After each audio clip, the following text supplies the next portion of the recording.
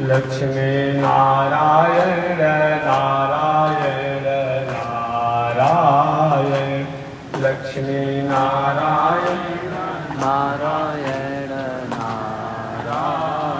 बोलिए श्री लक्ष्मी नारायण भगवान की। अनंताचार्य कृपया वेदांत द्वयपारगम रामकृष्णांग्रि सद्भक्त विश्वक्षेण मुनिं भजे। कासायं यज्ञसूत्रं शुचिवपुषि तथा चौर्ध्वपुण्ड्रं च वाले यस्यास्ते दक्षहस्ते कलिकुमतिगिरीन्द्रेन्द्रवज्रं त्रिदण्डं संसाराग्निप्रशान्त्यै भृतजलममलं दारुपात्रं पवित्रं श्रीविश्वक्षेण सूरे पदकमलयुगं श्रेयसे संश्रयामि। लक्ष्मीनाथ समारंभा नाथयामुनमध्यमाम् अस्मदाचार्यपर्यन्तां वन्दे गुरुपरम्पराम्। नारायणाय विद्महे वासुदेवाय धीमहि तन्नो विष्णु प्रचोदयात्। महालक्ष्म्यै च विद्महे विष्णुपत्न्यै च धीमहि तन्नो लक्ष्मी प्रचोदयात्। तन्नो लक्ष्मी प्रचोदयात्। परमाराध्य श्री लक्ष्मी नारायण भगवान नित्य वंदनीय पूज्य गुरुदेव श्री त्रिदंडी स्वामी जी महाराज के जुगल चरणों में नमन। भगवत भागवत आचार्य कैंकर्य पारायण महानुभाव पावन भूमि पर आज से पावन कथा को निवेदन किया जाएगा। पावन कथा अंतर्गत आप श्रवण करेंगे भगवान श्रीमन नारायण की लीला, भगवान श्रीमन नारायण की कृपा, भगवान श्रीमन नारायण का सत्य संकल्प ही दुनिया में। जब भगवान श्रीमन नारायण को एक होने की इच्छा होती है, सारी दुनिया को समेट लेते हैं। जब भगवान श्रीमन नारायण को दो होने की इच्छा होती है, अपने ही आह्लादनी शक्ति को लक्ष्मी के रूप में प्रकट करते हैं। जब भगवान श्रीमन नारायण को बहुत होने की इच्छा होती है, तो अपने नाभि से कमल, कमल से ब्रह्मा और ब्रह्मा से आगे चल करके सृष्टि का विस्तार होता है। दुनिया जो भी आप देख रहे हैं, इस दुनिया में हम फल रहे हैं, फूल रहे हैं, खिल रहे हैं, ये तीन प्रकार की सृष्टि है। एक समष्टि की सृष्टि है, एक प्रकृति की सृष्टि है, और तीसरी ज्ञान की सृष्टि है। समष्टि, सृष्टि और संस्कृति, यह तीन सृष्टि पर दुनिया टिकी हुई है। समष्टि की सृष्टि क्या है, प्रकृति की सृष्टि क्या है, और संस्कृति की सृष्टि क्या है, इस पर हम और आपको विचार करना होगा। यह तीन प्रकार की सृष्टि दुनिया में है। इसी की व्याख्या, उपव्याख्या, परिव्याख्या, ये जो कुछ हो सकता है। सबसे पहले भगवान श्रीमन नारायण प्रकृति की सृष्टि करते हैं। प्रकृति का सृष्टि क्या है? पृथ्वी, जल, वायु, आकाश, अग्नि, मन, बुद्धि, अहंकार, ये आपको अष्टा प्रकृति कहा जाता है। पृथ्वी तत्वों को भगवान प्रकट करते हैं, जल तत्वों को प्रकट करते हैं, वायु तत्वों को प्रकट करते हैं, आकाश तत्वों को प्रकट करते हैं, अग्नि तत्वों को प्रकट करते हैं, मन, बुद्धि, अहंकार। और यही प्रकृति के सम्मिश्रण से, संयोग से विकसितकरण, विकासीकरण, प्रकाशीकरण के कारण पर्वत, पहाड़, झरने, नदी, खद्यान इत्यादि, ये प्रकृति का सृष्टि है। कभी कभी हम और आप पढ़ने को मिलता है कि प्रकृति और समष्टि में काम होता है। प्रकृति जड़ होता है, हालांकि इसमें मनुष्य जो है उसको चेतन ले लिया गया है, लेकिन 5 प्रकृति की जहाँ बात आती है वहाँ जड़ होता है। पृथ्वी, जल, वायु, आकाश, अग्नि, पर्वत, पहाड़, नदी, झरने, पेड़, सब। समष्टि प्राणियों की सृष्टि को समष्टि कहा जाता है। समष्टि माने क्या होता है?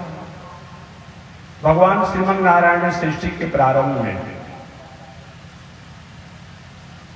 प्राणियों की सृष्टि करना चाहे, हालांकि वेद की बातों को किया जाए तो वेद में पहले साधन बनाया गया है, बाद में साधन को उपयोग करने वाले को बनाया गया। सहस्त्र शिखा, पूक, सहस्त्राक्ष, सहस्त्रपात इत्यादि वेद के मंत्रों को, पुरुष सूक्त के मंत्रों को जब हम पढ़ते हैं, इसमें घोड़ा, गधा, हाथी इत्यादि प्राणियों को पहले प्रकट किया गया पुरुष सूक्त के अनुसार। ठीक है, कोई बड़ी बात नहीं। जहां तक ब्रह्मा की सृष्टि की बात करें तो ब्रह्मा की सृष्टि में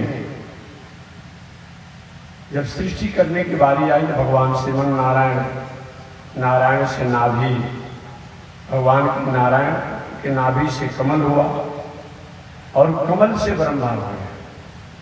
ब्रह्मा द्वारा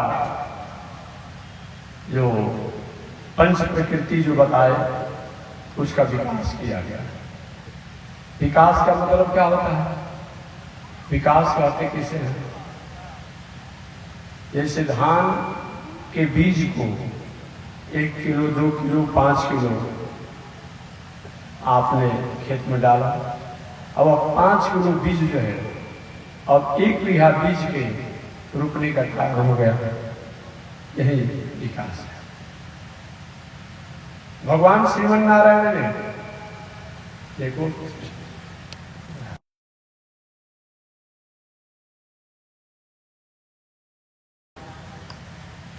सृष्टि के प्रारंभ में ब्रह्मा जी को तो बनाया और प्रकृति का सृष्टि कराया। आगे ब्रह्मा जी ने उस प्रकृति को और विकासीकरण, विकसित करने कर दिया और प्रकृति का वो विस्तार हो गया। जल तत्व का विस्तार हुआ, अग्नि तत्व का विस्तार हुआ, वायु तत्व का विस्तार हुआ, आकाश तत्व का विस्तार हुआ, पृथ्वी तत्व का विस्तार हुआ। इस प्रकार सृष्टि का विस्तार हुआ। भगवान श्रीमन नारायण ने समष्टि करने की जब इच्छा हुई तो सबसे पहले ब्रह्मा जी को प्रकट किए। ब्रह्मा जी के द्वारा 4 बालक प्रकट हुए, सनक, सनंदन, सनातन, सनत। हालांकि आप शिव पुराण या अन्य पुराण पढ़ते हैं, उसमें कुछ अलग बात आती है। कभी कभी देवी भागवत सुनाने वाले महानुभावों द्वारा कुछ अलग बात आती है, शिव पुराण सुनाने वाले महानुभावों द्वारा कुछ अलग बात आ जाती है, जो गरुड़ पुराण सुनाते हैं उनके द्वारा कुछ अलग बात आ जाती है, ब्रह्मवैवर्त पुराण जो सुनाते हैं उनके द्वारा कुछ अलग बात आ जाती है। ठीक है, शास्त्रों की बात है। किसी कल्प में वह बात हो सकती है। कल एक अलग चीज होता है। कल्प का मतलब क्या होता है? कल्प का से कि किसी गांव में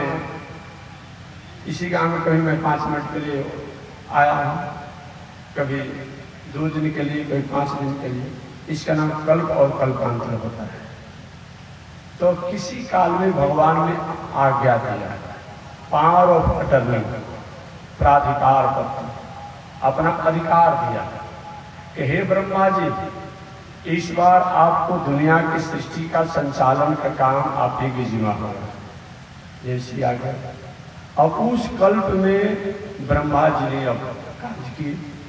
किसी कल्प में शंकर जी को आज्ञा हुआ कि आप ही के द्वारा इस कल्प में सृष्टि का विकास होगा, सृजन होगा। जैसी आज्ञा।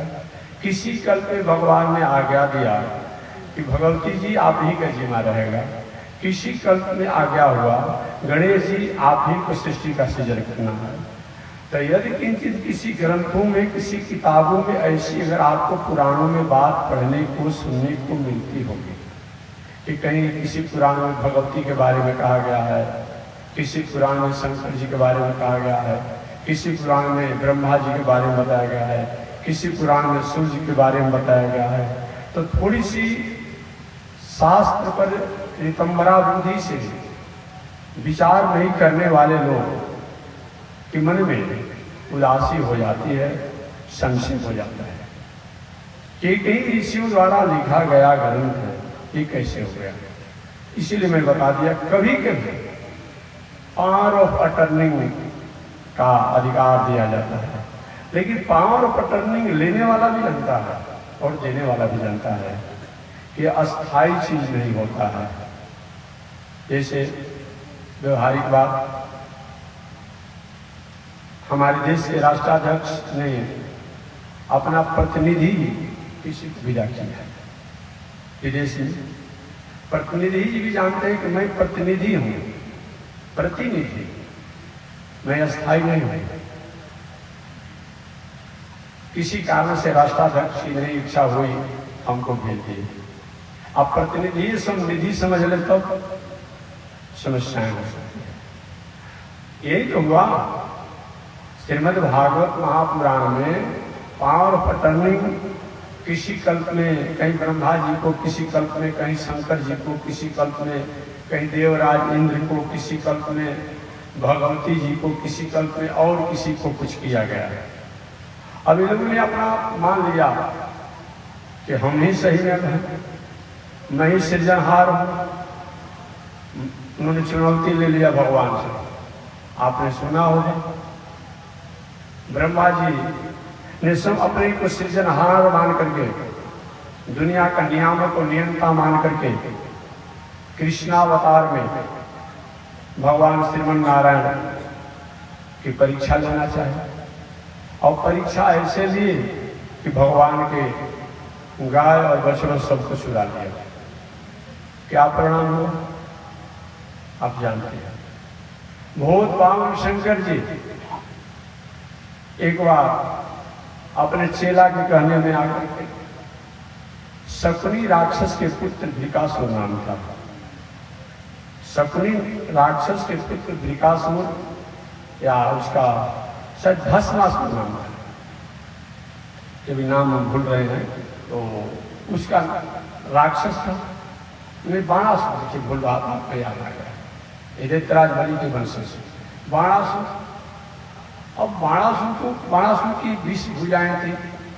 भगवान श्री कृष्ण ने 18 भुजाओं को काट दिया, 2 भुजा बचा हुआ था। उसी समय शंकर जी आगे मेरे चेला का अपमान नहीं सकते हैं, मैं इसके पक्ष से युद्ध करूंगा। और हुआ भी। भगवान विष्णु और शंकर जी में घोर संग्राम हुआ।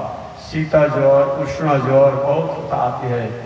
एक बार तो भगवान श्रीमन नारायण ने ऐसे बाण छोड़ा तो शंकर जी को जाड़ा करके बुखार आ गया, शरीर कांपने लगता है ना, कांपने लगे और उसी समय परास्त हो गए।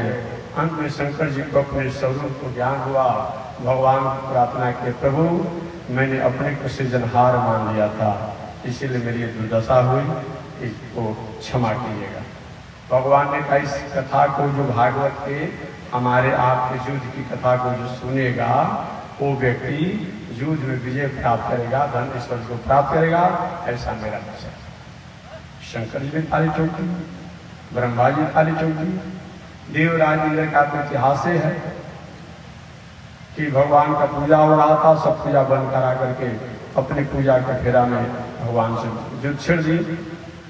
बहुत से लोग वरुण देव की बात आप जानते ही हैं कि वरुण देव भगवान के परिवार को, पिता को, सबको अपहरण कर लिए। तो कभी कभी पांव पर टर्निंग वाला व्यक्ति स्वयं अपना प्रतिनिधि होकर के निधि बन जाएगा, कई हाल होते हैं। इसलिए जिस समय जमराज के दूतों ने जमराज के पास जाकर के पूछा, महाराज हम अजामिल पापी को लेने के लिए गए थे, अब विष्णु के 4 दूतों ने आकर 4 भुजा वाले थे, सुंदर सुंदर स्वरूप था, अपूर्व के स्वरूप प्रतिभा थी, हमें डांटने लगे, खबरदार तुम्हें शर्म नहीं आती है क्या तुम्हारे जमलोक में पुण्य आत्माओं को भी सताने का परंपरा चल गया क्या? महाराज मैंने भी आपकी बात का आपकी प्रशंसा की। अरे साहब जिसको मैं लेने आया हूँ ऐसे नहीं आया हूँ, कमान कटा हुआ है, सलाम कटा हुआ है, इस पर वारंट भी है, देख लीजिए। वो विष्णु के दूतों ने कहा कैसा वारंट दिखाओ, कैसा है बताओ। मैंने देखा इसने जीवन भर पाप किया है, इसको लेने के लिए आया है। वो विष्णु के दूतों ने कहा पाप तो का निर्णय तुम जानते हो, कभी कभी पाप भी पुण्य हो जाता है, कभी कभी पुण्य भी पाप हो जाता है। याद रखिए, धर्म से निहितम गुहाया, धर्म से तत्व निहितम गुहाया।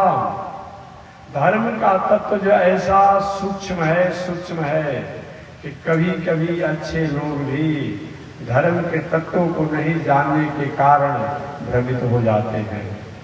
इसलिए धर्म के तत्वों को जानने के लिए महापुरुषों का संगत करना, महापुरुषों की उक्तियों